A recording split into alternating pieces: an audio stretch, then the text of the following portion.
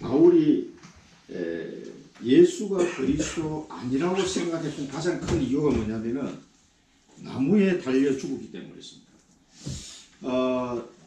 이 구약 성경에 나온 대로 레위기에 나오는 말씀대로 나무에 달려 죽은 자는 저주를 받은 것이다. 이렇게 배운 사람이 바울이거든요.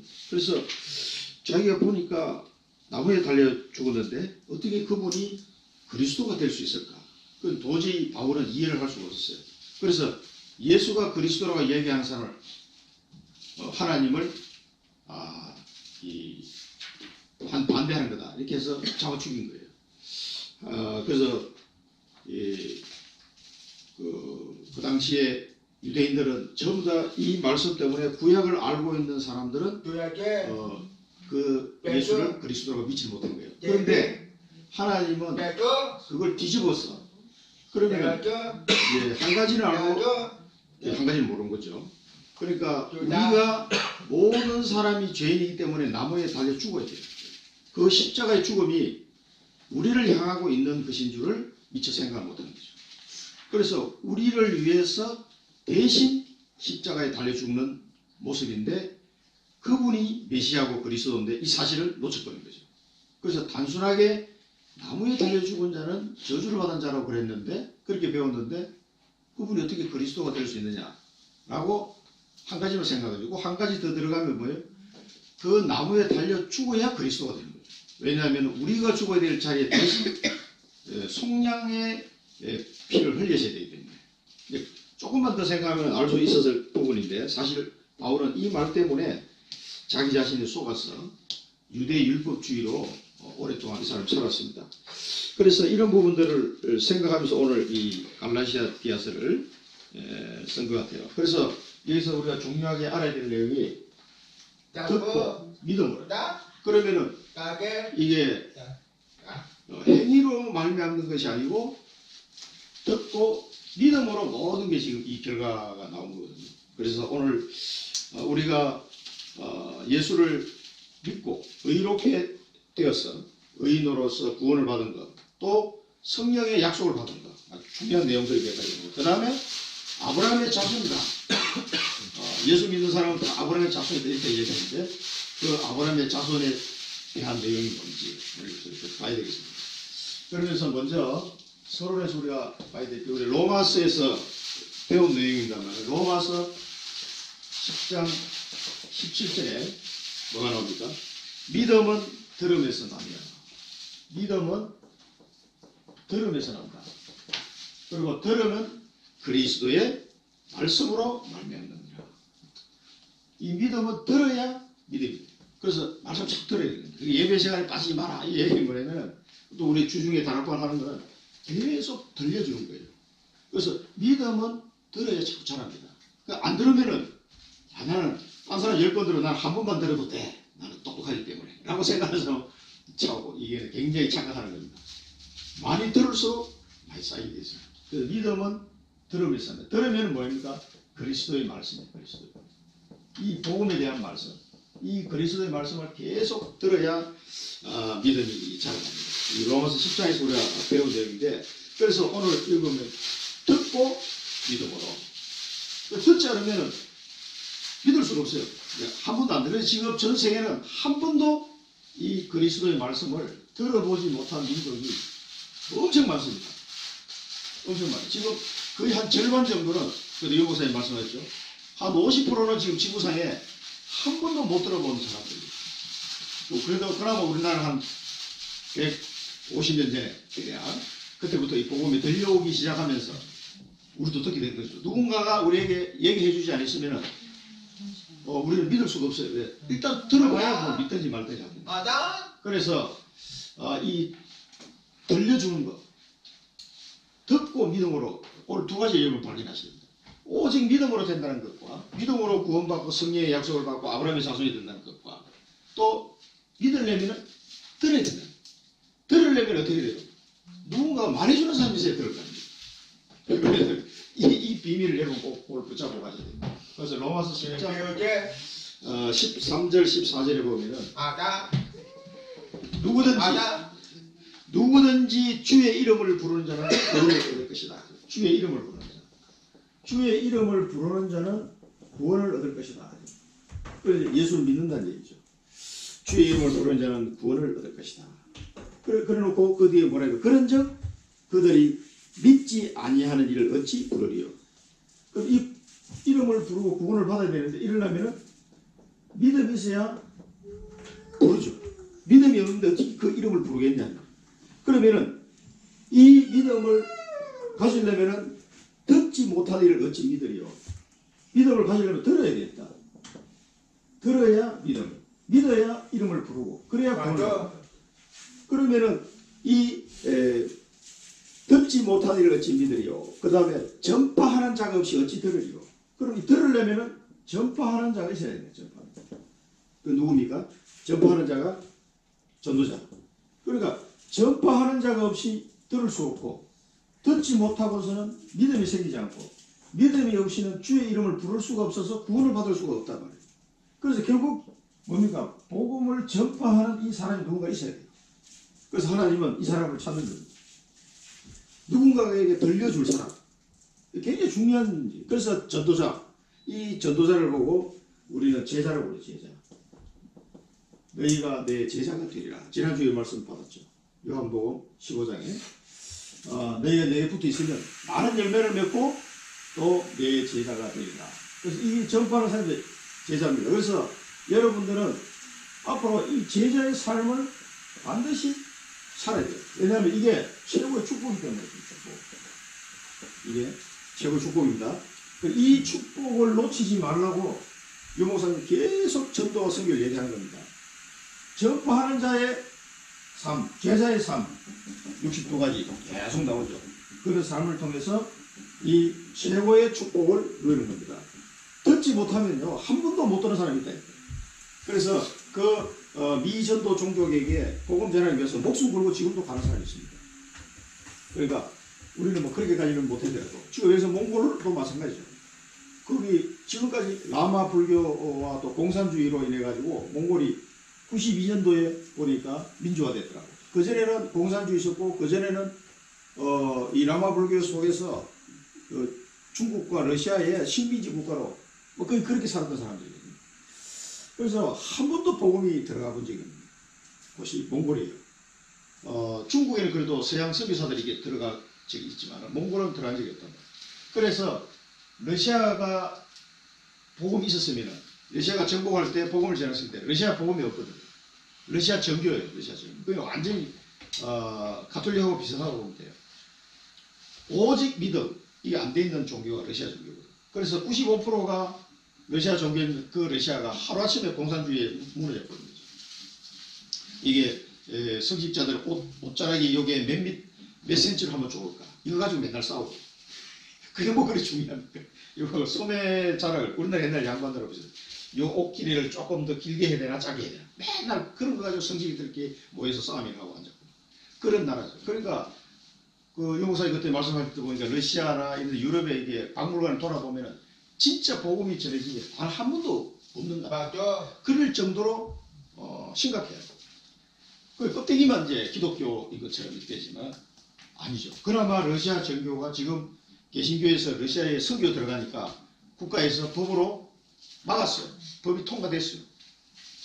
못 오게 막을 수 있는. 그러니까 러시아 정교에서 공산주의가 다시 무너지면서 러시아 정교 회복됐잖아요. 이 사람들이 교권을 가지고 러시아에 많은 선교사들이 개신교 선교사들이 들어오니까 이 사람들을 막아야 되겠다.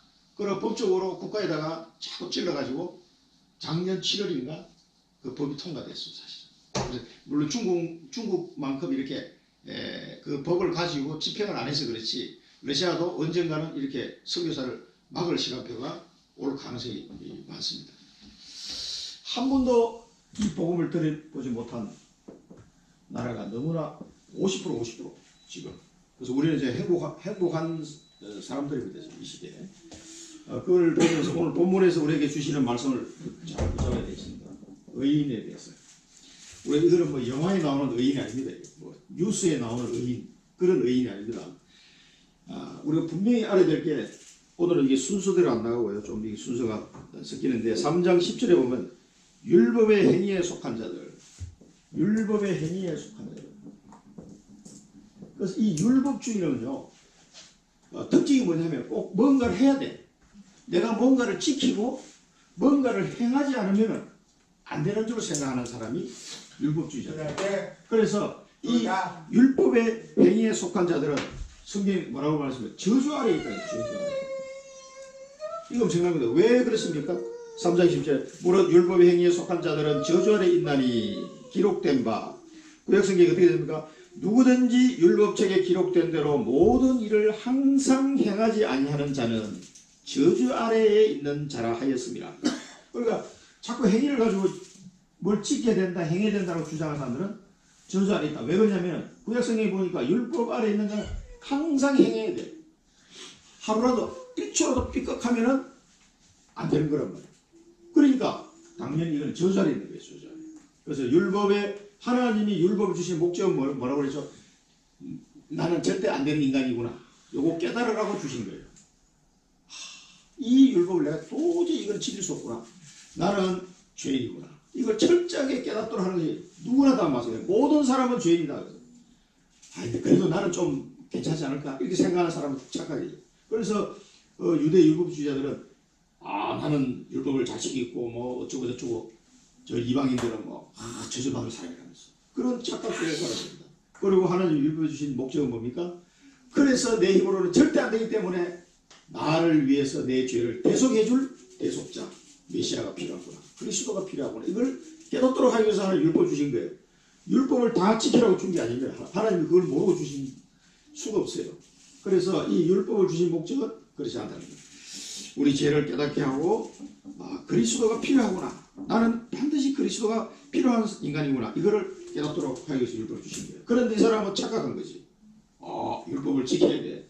그래서 지금도 그런 얘기 하는 사람이 있습니다. 안식일을 지켜야 돼. 이런 사람이 있죠. 여호와의 증인, 안상홍, 제7일 안식교. 다 안식일 안 지키면 안 돼. 안식일 지켜야 구원받아. 안상홍 증인은 또 뭐라 그럽니까? 6월절을 지켜야 돼. 6월절을 안 지키면 구원 못 받아. 그게 제목은 뭡니까? 율법의 행위. 뭘 지킬 수 있습니까? 100% 못 지킵니다. 지금 구약 성경을 연구한 신학자들은 뭐라고 하잖아요. 이 구약 시대를 연구를 해보고 고고학적으로 발굴을 해보고 다 찾아봤는데 여기 나오는 6월절 안식일에 지냈던 제사 있잖아요. 제사. 양 잡아서 제사 지내는 거. 그거를 재현해 보려고 노력을 해봤는데 불가능. 도저히 그 원래대로 할 수 없다. 지금 기록이 이것만 봐가지고는 안 되는 거예요. 그런데 6월절 지킨다. 안식일 지킨다. 다 거짓말이에요. 양 잡는 거 보셨어요? 양 잡아가지고 양을 그냥 잡아요. 양이나 소, 염소 잡아도 그냥 잡는 게 아닙니다. 양을 잡아서 어떤 부위는 이 기름을 걷어내가지고 그거는 태우고 어떤 부위는 각을 떠서 어디다 태우고 어떤 피를 받아서 지성소에 뿌려야 되고 이게 엄청 복잡합니다. 이게 제사장 옷 입어야 돼요. 제사장 옷. 그거 안 입고 들어갔다가는 바로 죽음입니다. 그래서 제사장은 들어갈 때 일주일 전부터 준비합니다. 하나님 앞에 나가기 위해서. 그래서 몸을 정결하고 목욕 제기하고 여자를 가까이 하게 하고 일주일 동안 준비해요. 그래가지고 옷 다 입고 피를 받아서 들고 들어가고. 그리고 이걸 어떻게 한단 말이에요. 이 해보려고 학자들이 구약 성경을 연구한 학자들이 수십 년 동안 연구해도 안 돼. 그걸 다 찾아낼 수가 없답니다. 안 된다는 결론이 났어요. 근데 지금 우리나라가 뭐예요? 6월절 지켜야 된다. 뭘 어떻게 지켜? 그 토요일을 가보세요. 여기 김수영 양구장 앞에 왕국회관 있잖아요. 그 여호와의 증인들. 토요일날 그 예배 드린다고 막 차 댈 데가 없어요. 길가에 차를 많이 대가지고. 토요일 날도요. 우리나라 시간하고 안 맞아. 유대인 시간으로 하면 6시간 틀려. 그 사람들은 해가 질 때 하루가 시작하거든. 그래서 다음날까지 이렇게 24시간 돌아가기 때문에 우리하고 6시간이 틀린단 말이에요.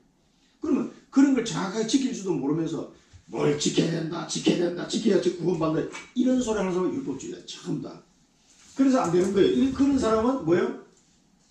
저주 아래 있는 것이다. 하고 사도 바울이 결론을 내렸습니다. 그래서 뭐를 지켜야 된다고 얘기하는 사람이 있으면 얘기를 해주세요. 안 된다는 거. 우리 인간의 힘으로는 안 된다는 거 꼭 얘기해요. 그래서 11절에 보면 의인은 믿음으로 말미암아 살리라. 그래서 의인은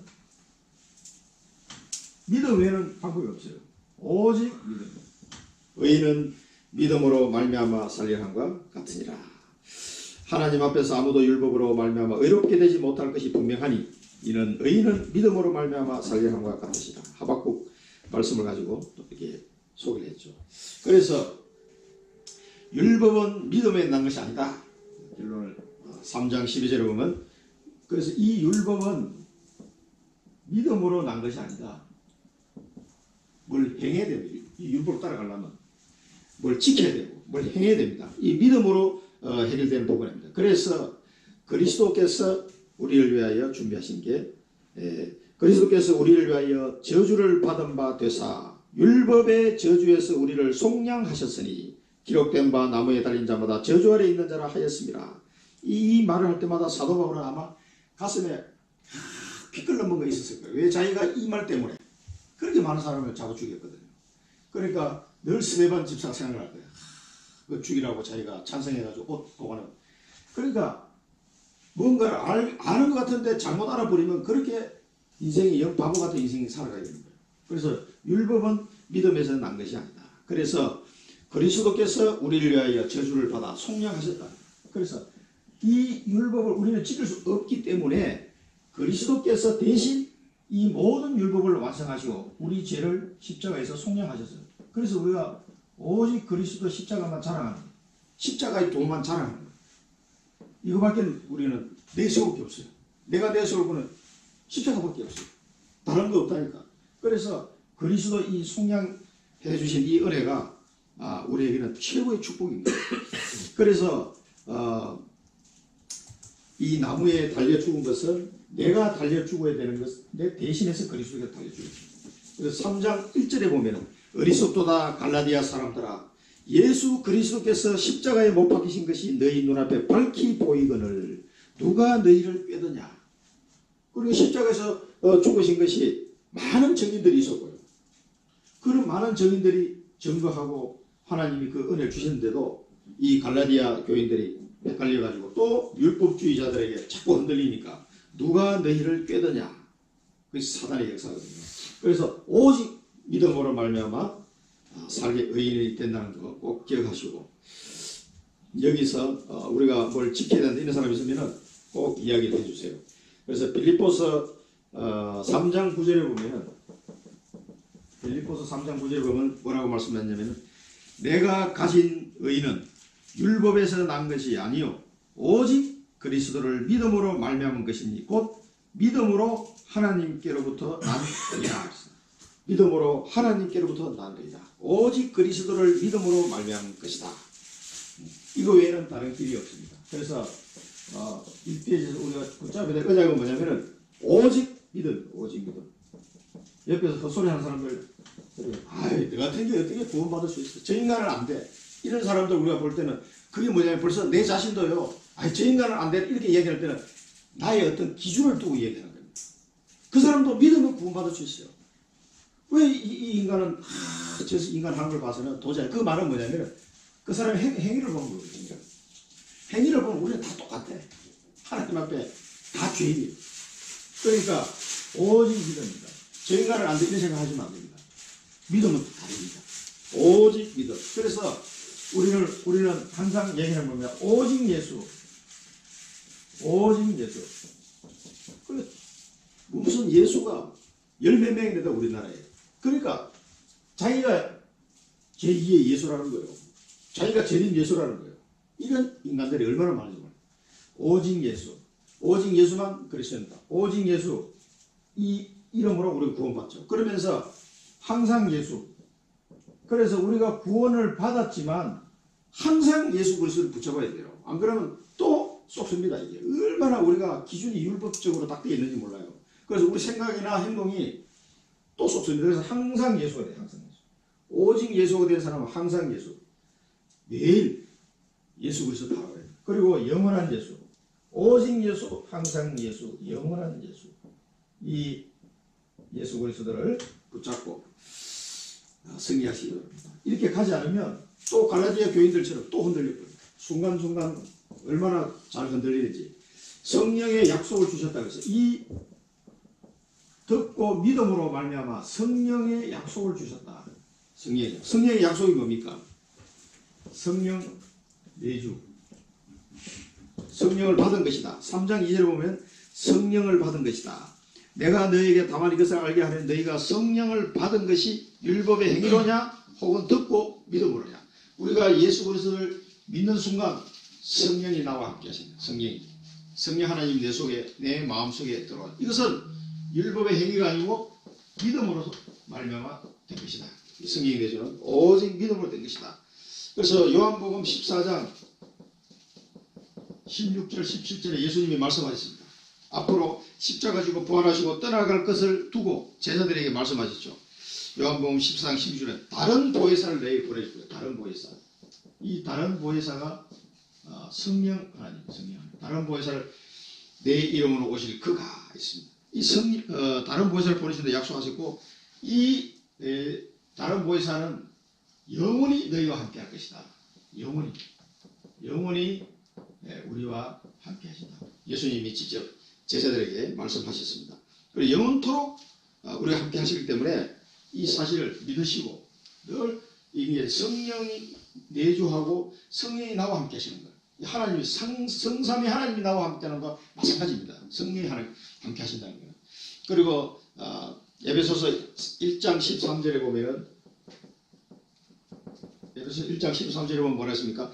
그 안에서 너희도 진리의 말씀 곧 너희의 구원의 복음을 듣고 그 안에서 또한 믿어 약속의 성령으로 인치심을 받았느니라. 성령의 인치심. 그러니까 도장을 딱 찍어버려요. 성령의 도장을 찍어버려요. 너는 내 것이다. 이렇게 하나님이 도장을 딱 찍어버려요. 너는 내 자녀다. 너는 내 백성이다. 성령의 도장을 딱 찍어버려요. 성령께서 내 안에 이제 딱 하시면서 하나님의 자녀인 것을 확실하게. 그래서 이 진리의 말씀 곧 너희 구원의 복음을 듣고 그 안에서 또한 믿어 약속의 성령으로 인식을 받았다. 그래서 우리가 듣지 않으면 믿을 수가 없어요. 일단 들어야 믿음이 생기고 믿음이 생길 때 성령으로 함께 하십니다. 이것이 창세기 3장에서 잃어버렸던 하나님과 영원히 떠난 상태가 회복되는 순간입니다. 영원히 하나님과 결별할 수밖에 없던 그 상태가 회복돼요. 하나님의 형상이 회복되는 순간입니다. 하나님의 형상이 회복되는 것이 성령의 내주입니다. 이게 엄청난 축복. 이 역사가 있은 다음에 그 다음에 어떻게 됩니까? 3장 3절 4절 보면은 너희가 이같이 어리석으냐 성령으로 시작하였다가 이제는 육체로 마치겠느냐. 성령 인도. 이제 성령의 내주한 사람은 이제 성령 인도만 잘 받으면 돼요. 그러니까 성령으로 시작해놓고 이제 육체로 마치겠느냐. 너희가 이같이 많은 괴로움을 헛되이 받았느냐. 과연 어떠냐 그랬습니다.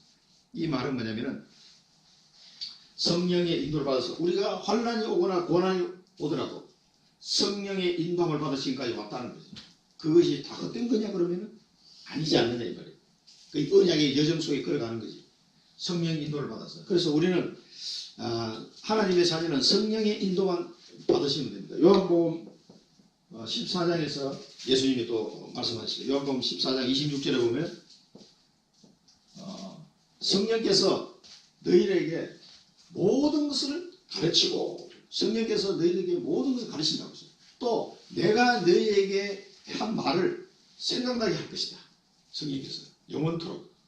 그래서 우리가 성령 인도를 받는 건 성령 하나님이 우리에게 잘못 비복음적으로 생각하고 있는 걸 깨닫도록 만드는 거예요. 가르쳐서 복음적으로 갈 수 있도록. 그 다음에 예수님이 하신 말씀 하나님의 말씀을 믿고 아멘 하면서 그 하나님의 말씀을 순종하고 따라갈 수 있도록 생각나게 해요. 자꾸. 그래서 성령께서 우리를 하나님의 그 뜻대로 따라갈 수 있도록 그렇게 하지 않으면 이 성령께서 이렇게 하지 않으면 우리는 할 수가 없어요. 안 됩니다. 이게. 계속 옛날로 돌아가고 또 돌아가고 안 돼요.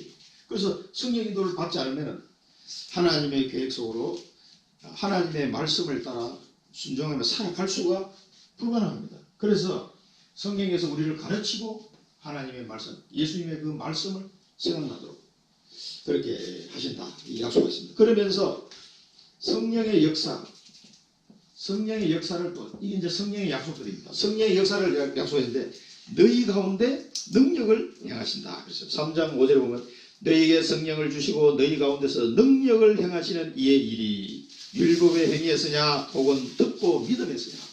그래서 우리가 성령의 역사로 이 하나님의 말씀을 믿을 때 성령의 역사가 일어나는 거예요. 듣고 믿을 때 성령의 역사가 일어나는 거예요. 그래서 너희 가운데 능력, 사도행전 우리 1장 8절에 뭐라고 했습니까? 권능을 주신다고요. 권능. 성령이 너희에게 임하신 너희가 권능을 받고 이 권능, 성령이 주시는 권능, 이 권능을 받을 때 땅끝까지 증인이 되는 거죠. 이 권능과 그리고 이 권능을 받은 자는 땅끝까지 그리스도의 정의이 딱 되는 겁니다. 우리 힘으로 되는 게 아니에요. 성령의 내주의 은혜와 성령의 인도하심의 그 크신 사랑과 성령의 역사하신 그 놀라운 힘으로 이 영적 힘이에요. 영적 힘. 이걸 모르면은요, 우리가 정인으로 쓸 수 없습니다. 반드시 하나님은 믿고 말씀을 따라갈 때 성령으로 역사하셔서 우리를 정인으로 세우게 됩니다. 이걸 꼭 기억하세요. 그래서 우리가 붙잡아야 될 미션, 오늘 이 갈라디아 교인들에게 바울이 좋은 말씀을 주시는 건데 우리가 붙잡아야 될 말씀들이에요. 미션은 뭡니까? 오직 성령, 오직 성령. 그래서 이 오직 성령이 요즘 유 목사님 계속 말씀하시는 게 하나님이 나와 함께 하신다. 믿음. 이게 오직 성령 안에서 가능합니다. 하나님이 나와 함께 하시는 건 성령 하나님 나와 함께 하는 거예요. 오직 그래서 예수님이 내가 가는 것이 너에게 더 유익하다 이렇게 말씀하신 것은 다른 보혜사 성령을 우리에게 보내주신 이 계획이 있기 때문에 하신 말씀입니다.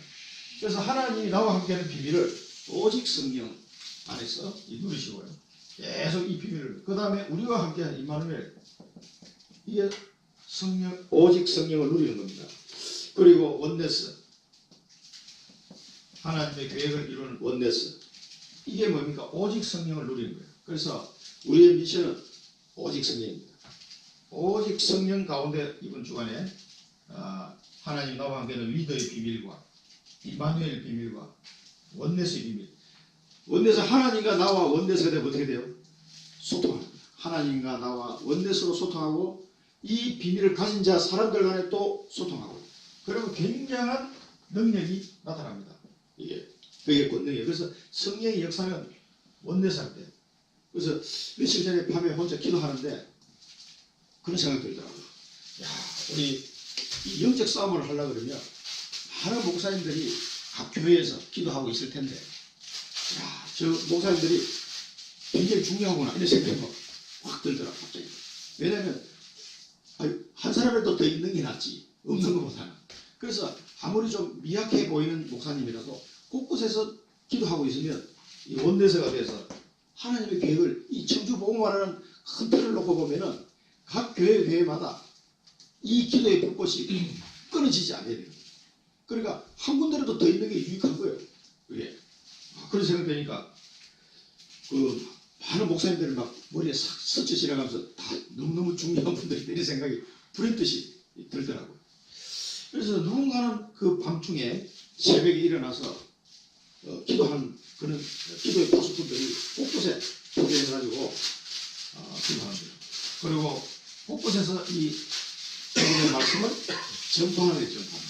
이 복음의 말씀을 전파하는 다락방과 지교에서 매주 주일날은 예배 드리니까 물론이고 매일 그냥 복음이 전해지는 원내스의 축복을 누리는 이 청주 지역을 놓고 허강과 싸움 영적 전쟁인데 생각나도 너무 감사하더라고요. 곳곳에 이런 전동도 일어나면 얼마나 좋겠네요. 그래서 이런 시스템을 우리는 꼭 만들어 놓고 가야 됩니다. 이게 하나님의 뜻이에요. 성령의 약속을 하나님 왜 주셨을까요? 이게 이제 세 번째입니다. 그러면은 이 성령의 약속 대단한데 그 바울 보고 누가 돈 줄 테니까 자기도 이런 성령의 능력이 나타나게 해달라고 그러다가 혼난 사람이 있죠. 돈 주면 될 줄 알고. 그러니까 베드로에게 혼났는데 이게 뭐냐면 이 놀라운 성령의 역사를 성령의 약속을 왜 주셨을까요? 그게 이제 마지막에 아브라함의 자손이다. 아브라함의 자손이다. 이렇게 사도 바울은 설명을 하고 있는데 이 아브라함의 자손이 뭡니까?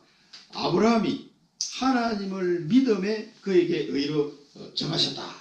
3장 6절에 보면은 아브라함이 하나님을 믿음에 그것을 그 의로 정했었다고 해요. 아브라함도 하나님을 믿음으로 의롭다함을 받은 사람. 이 아브라함이 할례를 받았기 때문에 하나님 자녀가 된 게 아니에요. 먼저 할례 받기 전에 하나님이 믿음으로 의롭다함을 받았어요. 창세기 보면은 그래서 이제 사도 바울도 그 얘기를 하는 겁니다. 그런 즉 3장 7절에 보면은 뭐가 나오냐면은 그런 즉 믿음으로 말미암은 자들은 아브라함의 자손인 줄 알지어다. 그래서 지금도 믿음으로 말미암은 사람들은 아브라함의 자손이다. 여기 계신 분은 다 아브라함의 자손이 되는 거예요. 나는 뭐 이스라엘 사람 아닌데 아니에요. 육신적인 이스라엘 사람이 아니고 영적인 이스라엘 사람이에요. 믿음이 된 사람은 전부 아브라함의 자손. 그러니까 이 이스라엘 사람들 유대인들은 나는 아브라함의 후손이야 이걸 되게 자랑스럽게 생각해요. 그걸 그냥 목에 힘을 줘. 그 목에 힘줄 거 없다. 사도 바울이 야 육신적인 자손이 아니야. 육신적인 할례가 그 진짜 할례가 아니야. 할례는 마음의 할지니라. 그러니까 법조문에 있는 것이 아니고 영적인 부분이다. 이렇게 설명하죠. 그래서 우리가 예수 그리스도를 믿음으로 아브라함의 자손이 되는 거죠. 이 사실을 꼭 그러면은 이제 여러 가지 얘기가 나옵니다. 로마서 4장 13절에 로마서 4장 13절 우리 4장에서 배웠죠. 아브라함이나 그 후손에게 세상의 상속자가 되리라고 하신 언약은 율법으로 말미암은 것이 아니요 오직 믿음의 의로 말미암은 것이니라. 아브라함의 상속자, 세상의 상속자. 이게 하나님의 축복을 이어받을 상속자를 말하는 겁니다. 그러니까 아브라함이나 그 후손에게 세상의 상속자가 되리라고 하신 언약은 율법으로 말미암은 것이 아니라는 겁니다. 그것은 오직 믿음의 의로 말미암은 것이다. 그 말은 뭐냐면 하나님이 아브라함에게 주신 이 축복을 상속할 사람은 육신적으로 아브라함의 후손이 아니고 율법적으로 믿음으로 의롭게 된 사람, 바로 이 사람들이 상속자다. 그러니까 이게 아브라함 자손이 됩니다. 그래서 우리 로마서 4장에서 우리가 이런 부분을 자세하게 배웠습니다만 꼭 기억하시고 우리가 이 아브라함에 주셨던 그 축복을 이어받는 상속자가 된 거란 말이에요. 놀라운 일이죠. 우리 나는 이스라엘 가본 적도 없는데 뭐 피 한 방울 안 섞였는데 예수 그리스도 보혈의 피로 다 하나님의 자녀가 되기 때문에 믿음으로 의롭다함을 받았기 때문에 이제는 아브라함의 그 축복의 상속자가 우리 되어버린 거예요. 이런 놀라운 일들을 우리가 꼭 기억하고 그러면은 아브라함의 그 축복을 상속받았잖아요. 그러면 가장 중요한 게 뭡니까? 그래서 아브라함을 3장 8절에 보면 이방인에 대한 얘기가 나옵니다. 하나님이 이방을 믿음으로 말미암아 의로 정하실 것을 성경이 미리 알고 먼저 아브라함에게 복음을 전하되 모든 이방인이 너로 말미암아 복을 받으리라. 모든 이방인이 너로 말미암아 복을 받으리라. 이것을 아브라함에게 하나님이 복으로 주셨다는 거예요. 모든 이방인이 너로 말미암아 복을 받을 것이다. 이게 뭡니까? 이게 세계복음이에요. 세계복음. 벌써 아브라함에게 이 축복을 주셨다는 거예요. 모든 이방인이 너로 말미암아 복을 받을 것이다. 이 세계복음의 축복을 아브라함에 주셨는데 그럼 이 축복을 우리도 상속받았다는 거예요. 무슨 말인지 알죠? 그래서 우리는 예수 믿는 순간 전파하는 자로 땅끝까지 복음을 전파하는 자로 설 축복을 받고 시작하는 거예요. 이게 이제 아브라함의 축복을 받은 것이다.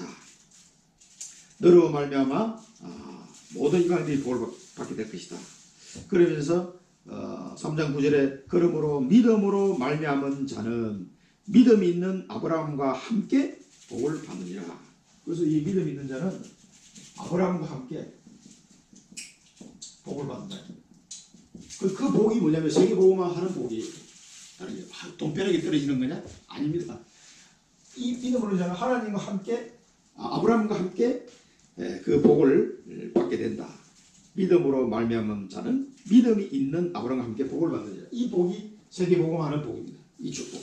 여러분들이 뭡니까? 복의 근원이 되는 거예요. 복의 근원. 이 놀라운 사실을 이 갈라디아 교인들이 지금 말하고 있습니다. 그러면서 마지막으로 3장 14절에 뭡니까? 그리스도 예수 안에서 아브라함의 복이 이방인에게 미치게 하고 또 우리로 하여금 믿음으로 말미암아 성령의 약속을 받게 하려 함이라. 그래서 이 아브라함의 복이 이방인에게 미치게, 그러면서 성령의 약속을 받게 합니다. 이방인에 미치게 하고 성령의 약속을 받게 합니다. 이 말을 결론적으로 3장 14절에 나오는데요. 왜 아브라함의 복이 이방인에 미치게 하려면 뭐가 필요해요?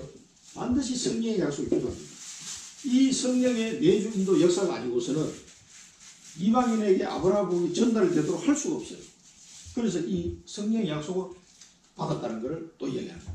그래서 우리에게 이 성령의 내주인도 역사하는 이 축복을 가지고 세계복음화하는 나로 말미암아 천하 만민이 복을 받는 복의 근원이 되는 이 축복을 누리라는 거죠. 그 갈라디아 교회들에게 주신 말씀입니다. 그 오늘 우리 청주 임마누엘에게 주신 말씀입니다.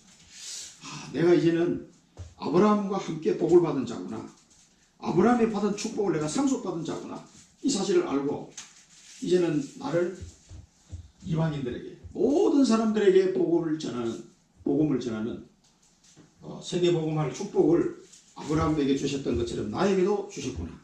내가 복의 근원이구나. 이 사실을 꼭 붙잡으시기 바랍니다. 마가복음 16장 15절에 너희는 천하를 다니면서 만민에게 복음을 전파하라. 만민에게 복음을 전파하라 해서 이 만민에게 복음을 전파하는 이 축복이 우리에게 앞으로 계속 될 겁니다. 하늘나라 가는 그날까지, 또 우리가 가고 난 뒤에도 하나님 우리를 통해서 만든 시스템들이 계속해서 이게 끊이지 않도록 이 축복이. 그래서 우리의 비전은 오직 정의입니다. 우리의 비전은 오직 정의입니다. 어디를 가든지 집에 있든지 성전에 있든지 날마다 예수가 그리스도인 것을 가르치는 것과 전하기를 쉬지 아니하였더라. 오직 정의입니다. 그래서 우리는 아브라함의 상속자, 이 아브라함이 받았던 그 축복의 상속자, 그리고 아브라함이 받은 축복의 복의 근원이 복의 근원. 너는 복이 될지라. 이게 뭐냐면 오직 정의의 축복입니다. 이 축복이 지금 믿음으로 말미암아 우리에게 와 있다. 믿음으로 말미암아 아브라함과 함께 복을 받은 자로 이 축복이 우리에게 와 있다는 사실. 아브라함의 자손이라는 이 말 속에는 이 내용이 들어있습니다. 그래서 우리는 항상 오직 정의로, 그리스도의 정의로 살게 되고, 이 정의의 삶을 통해서 계속해서 나로 말미암아 이 복음을 들을 자가 나오고 믿을 자가 나오고 주의 이름을 부르고 구원받을 자가 계속해서 나오고, 이 축복이 우리에게 와 있다는 것. 앞으로 우리는 이 비전을 가지고 살아가야 되겠습니다. 결론입니다. 그래서 이 결론은 영적인 축복, 우리가 이 영적인 축복을 아셔야 돼요. 영적인 힘,